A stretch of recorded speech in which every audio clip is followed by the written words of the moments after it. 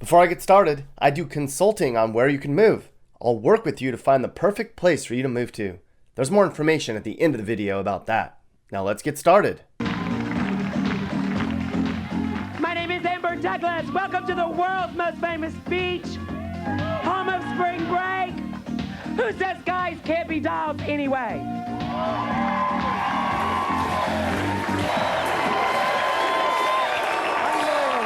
Remember this? If you're more than 40 years old, you sure do. For everyone else, this was a pretty big deal in the mid-90s. That's Jerry Springer, and he helped make Daytona Beach into a worldwide phenomenon. Yep, this place was happening back in the day. And it wasn't just Jerry, it was going on way before they got here. Beginning in 1986, and for 8 years straight, MTV brought Daytona Beach, Florida into everyone's living rooms. For all we knew, Daytona Beach was a place with a bunch of drunk, rowdy, trashy people. We'll talk about that, but today, Daytona Beach is much less crazy. Driving around, it looks like a lot of the people still partying are the ones who live here now. Old Daytona was kind of glamorous. This is not glamorous at all. It was day 17 on my Florida adventure. It was fitting that Daytona Beach was the last place I stopped during the tour of the state because I saw a little bit of everything here. Pieces of every different part of Florida I had visited. And I went to a lot of places. It's Daytona, it's Daytona, it's Daytona, it's Daytona. All the bums and drunks and crime isn't gonna peace of mind. This place is sad, this place is sad, this place is sad, this place is sad. It was once a place to go, now it's somewhere much less so. If you follow the news or know anything about Florida, you may know that Daytona Beach is one of the less desirable beach communities in the state. Crime, poverty, drugs, and booze rule the day here. The Big Four. We'll get into that, but we're going to begin by going back to where we started, on Daytona's west side. Most of Daytona's 73,000 residents live here on the mainland, which is mostly middle to lower class neighborhoods and low-key strip malls. Daytona's in Volusia County, kind of halfway between Orlando and Jacksonville, right off of I-95. Like the rest of Florida, the population here is going up, but not nearly as fast as the rest of the state. Now, where we're at now is pretty much the worst part of Daytona that I saw. We're somewhere in the middle of the city. This wasn't the worst place I saw in the state on this trip, but it's up there. A big chunk of Daytona is pretty rundown neighborhoods that look just like this. As you drive through the neighborhoods, you're going to see lots of people standing around with nothing to do. This wasn't a weekend, it was a Monday morning. So clearly, a lot of people in Daytona don't have regular working hours. I gathered many have 0 working hours. You hear sirens pretty much all day. Paramedics going to car wrecks or cops flying by for who knows what. There's a lot of trash, overgrown yards, abandoned cars, stuff you see in rural parts of the country, not in a big tourist spot. The crime rate's not the worst place in the country, but it's rough. It's 3 times higher than the state average. There's a huge issue with people breaking into cars, and there's random shootings all over the place. They used to try to run the lowlives out of town, but it seems like that effort's diminished. And there's pedophiles all over. It's sick, and it's unbelievable. The transplants and the tourists, they don't really seem to care much, and they're actually part of the problem. It's the long-timers that are the most frustrated of all, because it wasn't always like this. And outside of tourism jobs and the service industry, there just aren't a lot of opportunities here. And Daytona's not cheap either. They charge tourist prices for a lot of stuff. A lot of the meth junkies you see around town don't have a tourist budget. You won't find an apartment for under $1,000 here that's not in the ghetto. The average home price here is a staggering $250,000, if that's saying something. Those are like 2018 prices. So it's definitely not expensive for a beach town, that's for sure. Maybe it's just right for you. Well, if you're into drugs, then it would be. It's not just the stoners and the boozers and tweakers you see everywhere. It's the hard drugs that are really fucking this place up. The Daytona Fire Department alone has to revive 2 people every day here. It's so bad here that a nonprofit will show up to your house if you overdose, and they'll give you free Narcan emergency kits. Yeah, that'll help. But for all these problems, people just get stuck here. They say they just stay and hang on. Some people say this is Florida's most run-down beach town, and it would be hard to disagree. It's definitely the worst place in this whole region of the state. On the north and south ends of town, it's much nicer. And everybody knows about the Daytona 500. The track is located on the west end of the city. It's very big. It's not completely stagnant or anything. I mean, they're adding a few new things to the area. They're trying to kind of fix this place up. I mean, they just put in a Buc-ee's in town, and that was a big deal for these people. We're going to come back to this part of town later, and we're going to talk to somebody who's lived here for a long time who understands this place pretty well. But right now, we're on Ridgewood Avenue. It's the main drag in town. Now, this place is toe up. If you want to see hookers, drug dealers, addicts, homeless, drunks, and criminals, the jobless and the bored, the tweakers and nodders, and all the area's troublemakers, you go to Ridgewood Avenue. It wasn't always this way. Ridgewood was kind of a nice place back in the day. In the 1930s, Daytona Beach was where the super elite came to vacay. It was very glamorous. In the 50s and 60s, Daytona became known as a nice alternative to the fancy beach towns in Florida where the rich folks have second homes. Back then, Daytona was sort of edgy and alternative and laid back, sort of shabby chic. But then in the 70s, the Spring Breakers found it, and this place got trashy fast. That's part of the reason MTV came here, and then MTV made it way raunchier. They did stuff on TV that I can't even show in this video, but it's worth a Google. All the attention the media gave Daytona Beach really put this place on the world map. So, more people came. They came to experience the parties and to join in on all the momentum. And within a decade, Daytona Beach went from being a sort of family-friendly destination to a raunchy, trashy place filled with bikinis and beer. And Daytona folks began to regret that decision to bring in the TV crews. The residents began to hate the crowds, and hotel owners, they were frustrated with all the destruction. Some said the $140 million a year all the crowd spent wasn't worth it. And then, all of a sudden, the publicity stopped. MTV took its spring break to Panama City, and we know how that went for Panama City. What's been left behind after Daytona's big rise and fall is what we see today, and it's been like this for a long time. Briefly, I'm going to show you Holly Hill, or Holy Hell, as locals call it. It's a small city of 12,000 people on the north end of Daytona. It's also very well known for being really troubled. But, to be honest, it all looks the same. Now let's get off the mainland, because, of course, you want to know about Daytona Beach, right? I mean, how did we not talk about Daytona Beach yet? You're not missing much. It's not all that. To get there, you cross a bridge. This is A1A Avenue. Vanilla Ice talked about it once. It's mostly this, low to medium grade hotels, strip malls, some touristy stuff, and some dive bars. Some people say the best thing to happen to beachside Daytona would be for a hurricane to wipe it all away, and that's so mean. The north and south ends of the island are mostly quiet and somewhat nice.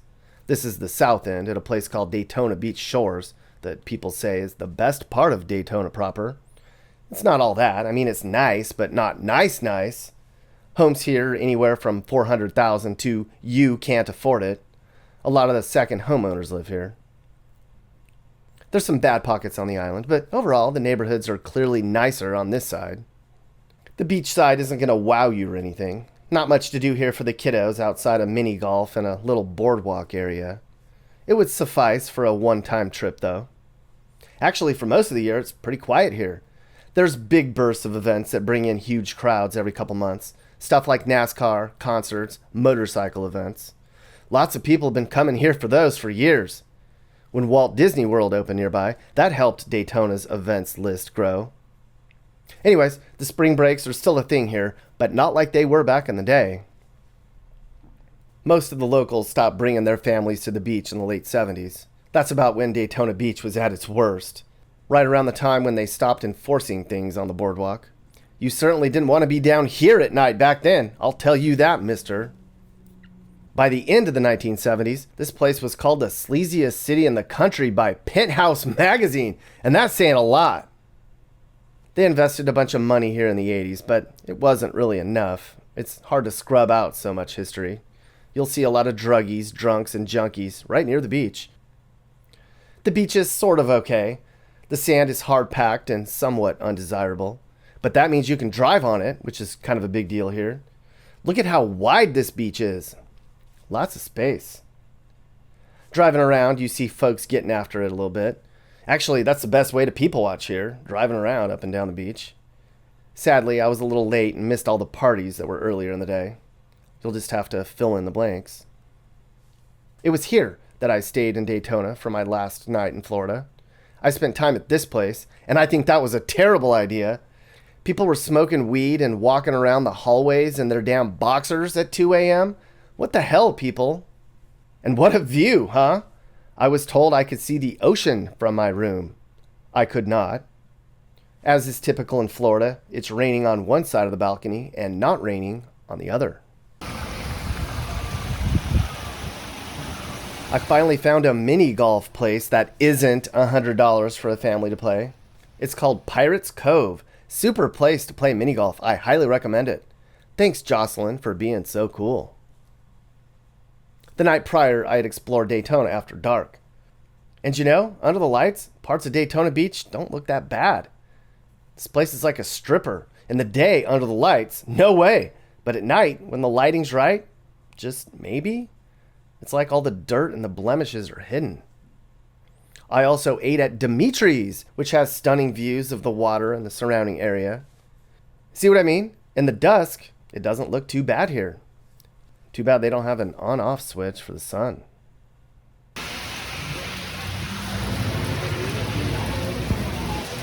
It was here from Dimitri's rooftop that I had time to reflect on a very long trip.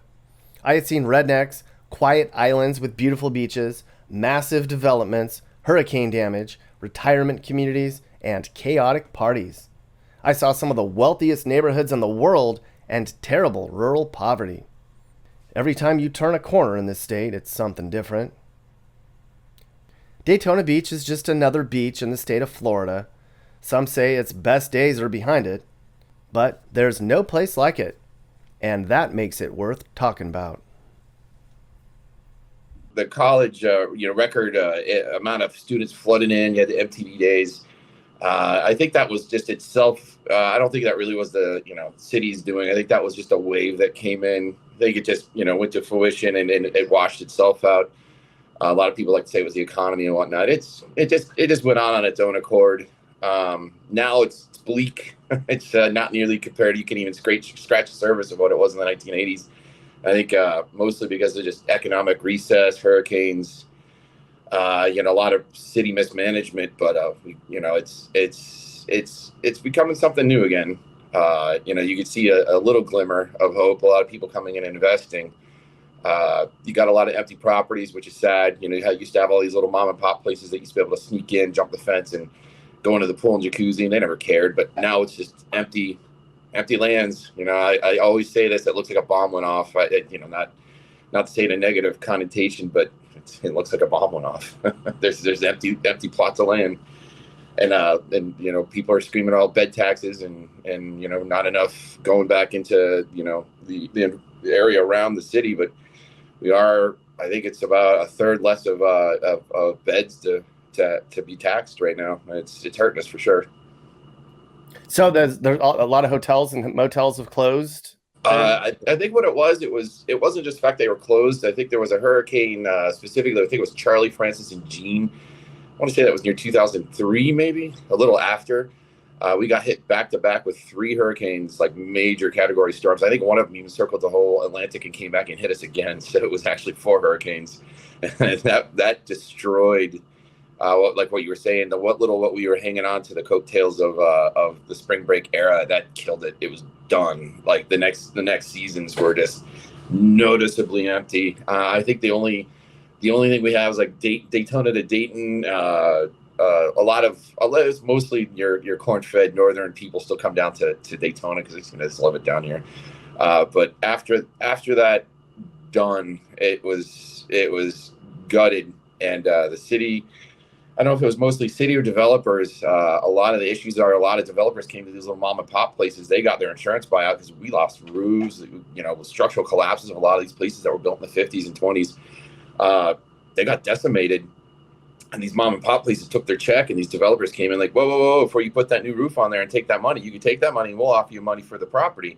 And they got in a rush. And, a lot of these places bought 3 places close to each other, demoed them all down, got their demo permits. And they were thinking, oh, it's just going to be as easy as just building a whole brand new resort. And that's where the problem came. And the city was like, no, we'll approve your demo permit, but we're going to make you run through flaming hoops to build whatever you want in the same footprint of what you had. And a lot of developers just gave up. And that's where you have a lot of properties that just have for sale signs out front and it's empty.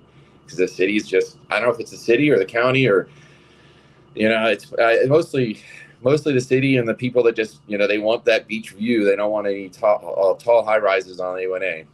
So, and that's where you're just getting a lot of these empty plots of lands.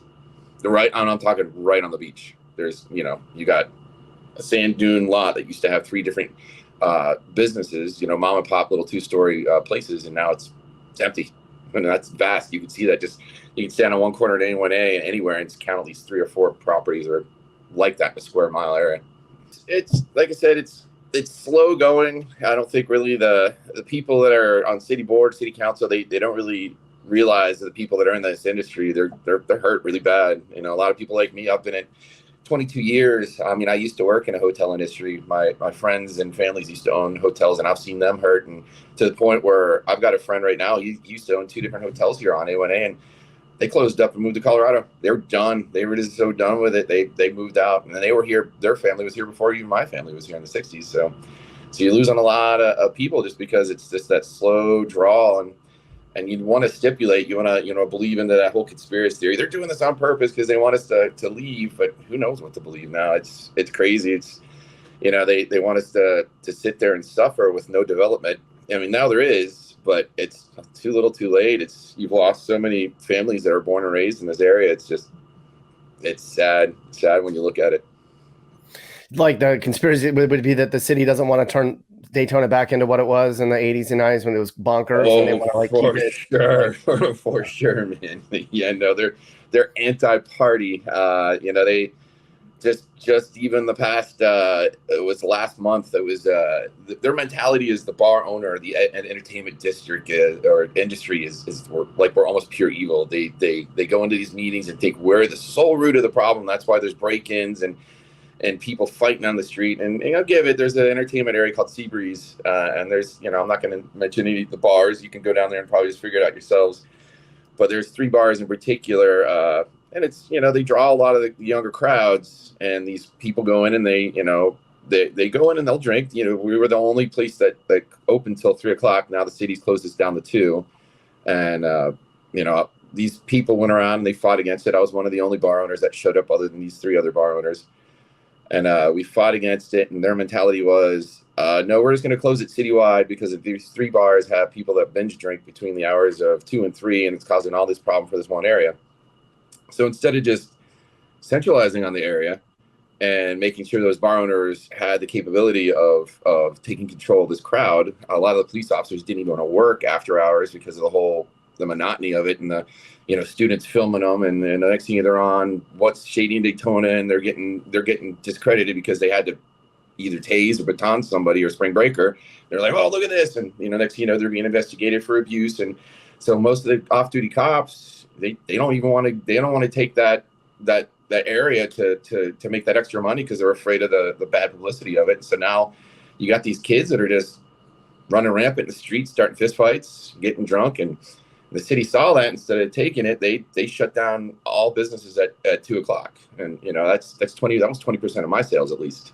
So there again, there's more negative, and it's hard to do business in Daytona right now.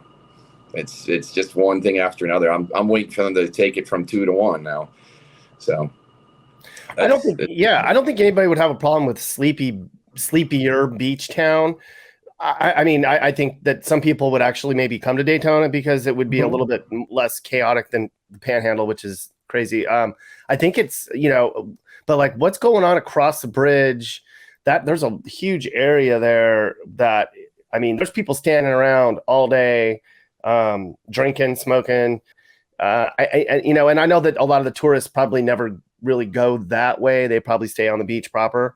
Yeah, they corrugate them down International and up Main Street typically, and even then, it's not the most beautiful area. But when you Ridgewood in particular, there's always been a large homeless area into that where they just sit off the side of the street, panhandle, sitting there drinking and staring at you awkwardly. Mm-hmm. But yeah, they've been working on it. The city did an anti-panhandling law. Most of the police really don't enforce it. So Mm-hmm. they got a law, they don't enforce it. Mm-hmm. At what point did the kind of like it has a reputation for like, crime, drugs? Well, I mean, every city, it doesn't matter where you go to, has the same issues. Some numbers are up, some numbers are down. Even in the 80s and the 70s, the crime was the same. It's just the fact that our population's gotten bigger, so of course our crime's going to raise. Now, violent crimes have stayed the same. There hasn't been that many assaults or rapes or murders. I mean, this past, I mean, this is a horrible thing to even say it. That's one of the things the city was trying to push was 2 to 3. Or other way around, 3 to 2, and then literally a week later, he had a dude stab the married couple coming home from drinking on Main Street at right around midnight. So they're saying, violent crimes only happen after 2. It happened at midnight. So, and a lot of that was done by a mentally ill person from Orlando. But and I think what a lot of people, like I was saying, a lot of these people pulling out their cameras and they're putting it out there. It's kind of desensitizing as to the fact you see them online. Back in then, you didn't even hear about it. No, you didn't have news cameras out there. You didn't have people out there with cell phones and ready availability to record all these assaults or doing whatever. And that's why it's bringing to the public's attention. It's always been there. It's always been there. It's just now it's right up in your face. Mm-hmm. So and it's dealt with. There's people punching out the street. Cop cars show up within the next minute or two, and if it's a violent offense, they arrest them. If it was just a stupid scuffle, they tell them you got about 5 minutes to get the hell off this corner. We're going to arrest you, and that's fair enough. And it's usually they do break it up. But it's part of the problem it's part of the problem. The kind of people that are moving to Daytona is it like you get sort of the not desirable crowd flooding in there because it's cheaper than the rest of the area. Is that part of it? Not really. I mean, right now it's. Like I said, I think it happens everywhere. I think the most thing we got with most of the people that are moving to beachside Daytona, most are retirees, snowbirds that are coming down wanting to stay, have their permanent home. And that's fine. The permanent residents, they're good. Most of them are people that understand what they're moving into. Whereas, and you got a lot of people that come in like, oh, we could buy a cement shack on the beachside for $60,000 to $80,000 and we'll flip it and we'll turn around and try to sell it. And they don't realize that a lot of people are not gonna, unless you love Daytona and want to move into it, they're not gonna sell that house quick, and that's where you get these people that are pissed off because they didn't realize they bought a cement shack that's right behind a bar. So and then you get all these people that I like to call them ninnies that go to city council like, oh, well, I'm in this house and there's people burning until 3 o'clock in the morning. It's like, you bought a house behind a bar, man. What do you expect? You're in Daytona. Chill out. Exactly. So what's the solution? Like, how does Daytona get better? How do you guys, is it a matter of trying to get the city to reverse all the things that they kind of have done? I mean, they're not going to reverse anything. That would admit they're wrong now, would it? I think what it is, it's going to take a lot of more proactive stance from a lot of these business owners to realize that, we're going to have to have a little give and take. The 2 o'clock thing, like I said, I've noticed it's 20% of my sales. That was between 2 or 3. It's so far, it's only been a month. I'm about $3,000 less in sales, which what it did is just move my sales to 2 o'clock. But still, taking an hour away from us, what do we get out of it? The people around there got what they want. Now we're degraded yet again. Do we get, there's a what they call an after hours license, which allows you to serve alcohol after midnight. It's $400 because $300 because you were paying basically $100 an hour. If we're still paying $300 for that license, well, you should be paying $200, right? No, we're still paying $300 for that license. I don't know. I think what we need to do is a lot of business owners need to be a little bit more responsive to city council. We need to be to these meetings. It's kind of, unless it's something severe like closing of hours or something, a lot of these business owners don't even show up. They aren't really paying attention. And that's where a lot of that's exactly how this even got on the docket for the city to vote, is because a lot of us business owners, we don't go to this stuff. And I think they have to vote on it twice, or they bring it up twice and they vote on it the third time. They slipped that right in right before Bike Week. So all of us, everybody was so frantic and getting ready for Bike Week. What little people could show up to the meeting did, but the rest of them were so worried with the event they couldn't make it. And that's, I think, I don't know if they did that on a malicious intent, but it happened. But I think it's time. Time's going to tell. Like I said, we're redeveloping that corner as well where we're at. International Speedway is going to be a whole brand new thing within probably 2 to 3 years. I think you're going to see a whole 180, and it's going to go back to a little bit more of a bar friendly, family friendly restaurants. You're seeing a lot of people come up and snap these properties. I've been wanting to do something good with it. I've been there my dad had the place from 86 to 92. I took it over in 2002, 2001, 21 years, long time. But I've seen it come and go. Like I said, on that strip, there was 7 different bars alone. Now there's 3. So. Do you think that the solution is making it a more business friendly climate, which will then bring in business, which will then bring the people back, which will lift the whole thing? Most definitely, especially with hotels and a lot of these places still not ready to even be developed. I think what they need to do is make more of an incentive plan, not so much for bars, because I mean, if you look down A1A, you see either a restaurant, a corporate restaurant, a gift shop, or a liquor store, or a gas station.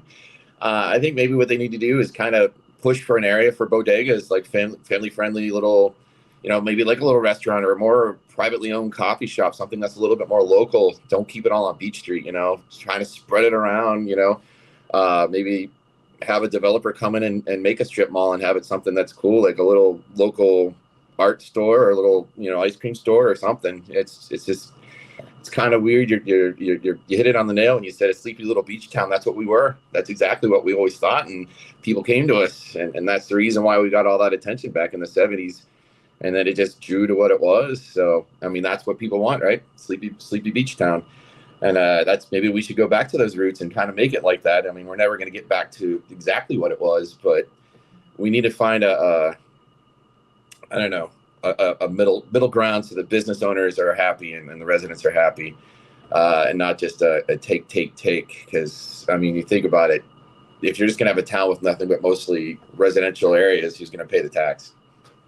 You're going to have high tax rates in housing and no businesses that want to come around. So you can't really strive or live in an area that's like that. I mean, you could.